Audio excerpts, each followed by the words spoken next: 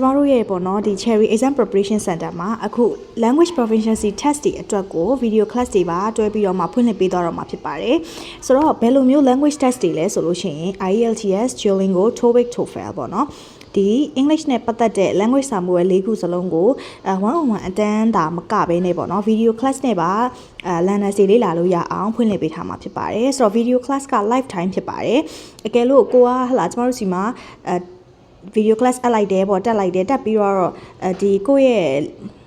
score က expire ဖြစ်သွားတဲ့ခါလဲထပ်ပြီးတော့မှလေ့လာနိုင်တယ်ပေါ့နော်ဆိုတော့ဒီလိုမျိုး video class မှာ video အပြင်ဘာတွေပါအောင်မလဲဆိုလို့ရှိရင် Sunday တိုင်းညနေ6နာရီမှာ Zoom live section ရှိမယ်ပေါ့နော်အဲ့ထဲမှာဒီ video class ကမသိတဲ့အကြောင်းအရာတွေကိုသက်ဆိုင်ရာဆရာမတွေကိုမေးပြီးတော့မှ discussion လုပ်ပြီးတော့ကိုယ့်ရဲ့ assignment တွေထပ်လို့ရတယ်feedback တောင်းလို့ရတယ်ပေါ့နော်တစ်ပတ်တစ်ခါ section လေးပါ